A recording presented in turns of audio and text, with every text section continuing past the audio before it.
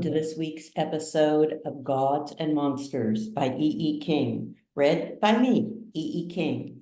Each week, MetaStellar is releasing a new episode, both in print and on audio, of Gods and Monsters. And now, episode 20, The Love Song of the Mole Cricket. Last week, Wang Li Jun traveled to San Francisco. Gabriel is making his living selling necklaces in the Fates store. Chapter 60, Jim, The Catskills, 1985. The Love Song of the Mole Cricket. Summer in the Ontorius, the days long and warm, the air humming with insects. Squirrels dangle from branches, trying to steal seeds from bird feeders that Jim has hung from the pines around his porch. The steep mountains surrounding his cottage are carpeted with flowers and shaded by alder, aspen, and beech. The hills are still beautiful, Jim hears a voice in the wind say. The wood's still lovely, but I wish you could have seen the forest in the early 1800s. Giant hemlocks, 100 feet tall, covered these ridges like the spirits of earth made manifest. It was the kind of place that made you feel that the clearest path to understanding is through a primal wilderness. It wasn't so much the beauty or the peace that cleansed the heart as that subtle quality of air that emanates from ancient trees, transforming and renewing the soul. Sadly, it's much easier to create a desert than a forest. By 1850, most of the hemlocks had been chopped down, their acidic bark stripped from their trunks to tan leather. The naked bones of the hemlocks still lie throughout these mountains. You can see their stumps, many 3 or 4 feet across, like mossy tombstones rising out of slender, pale beech groves. Who are you? Jim asks, but he thinks he knows. He thinks he recognizes this voice from a distant past, over 20 years ago, and more than half a lifetime away. But no one answers. The voice is still, the wind just a wind. The only sound, the squabbling of yellow warbingers, red and purple finches, indigo buntings, and rose-breasted grosbeaks looking for seeds in the once hemlock, now beech wood, serenading dawn and dusk with a liquid song. In the morning, when Jim goes to work in the barn, welding screws, twisting forks, and molding nails into wolves, crows, hawks, and coyotes, scarlet tanagers flash from tree to tree, bright as flying apples. At night, lying out on the porch, he watches the stars. His cottage is old and small, the porch a feast for woodlice and beetles. But Jim doesn't mind. His frame is so slight, the grass doesn't even bend when he walks. He feels he'll never get tired of seeing the stars laid out like a pathway to dreams. Sometime one streaks across the sky, leaving a brief trail of dust and dreams. Jim lays there so quiet that nice jars rest on his chest.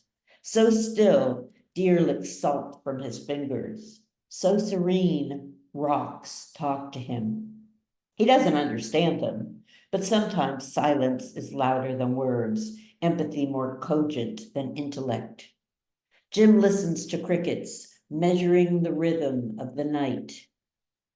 He remembers River's Uncle Rio telling him that if he counted the number of chirps he could hear in 14 seconds and added 40, he'd get the temperature. Jim counts and adds. 69 degrees, Jim smiles. Kind of useless knowledge being able to calculate the exact temperature.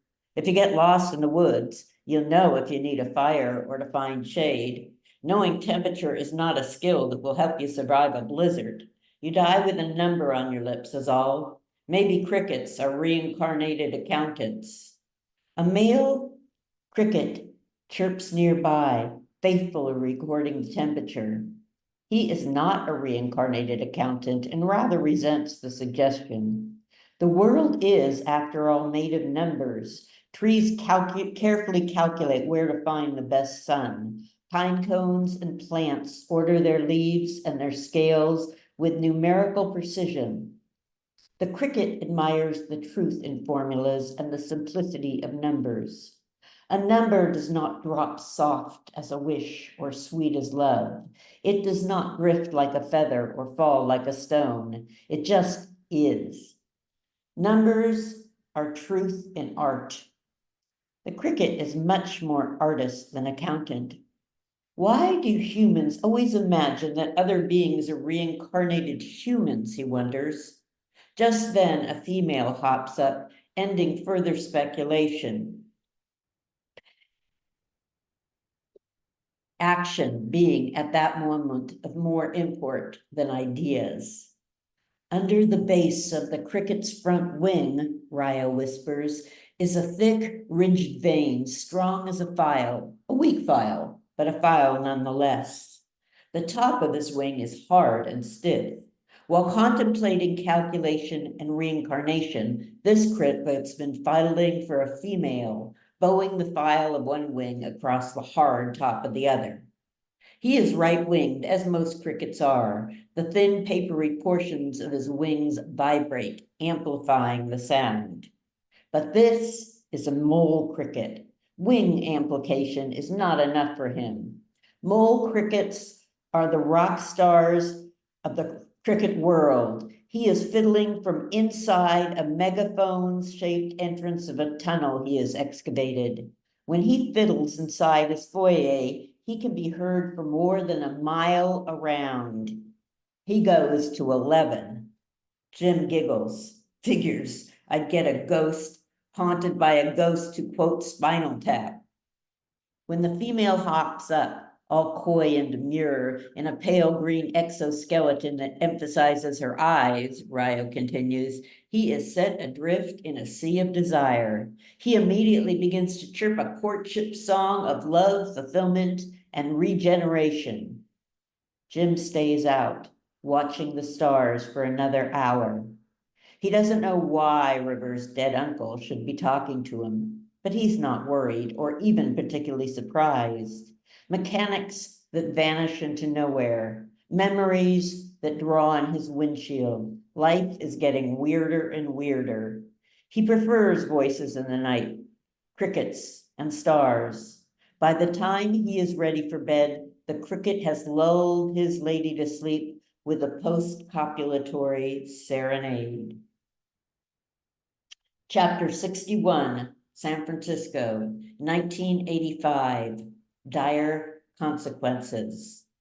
Medical report on River Jones, Caucasian male, 36. He appears to have been mauled by a wild animal. His body shows evidence of teeth marks and claw marks. The wounds are uncommon. The marks resemble those made by the gray wolf, Canis lupus, but these marks appear to have been inflicted by a much larger species. The species is unknown. No species of such size and strength is thought to be currently extant.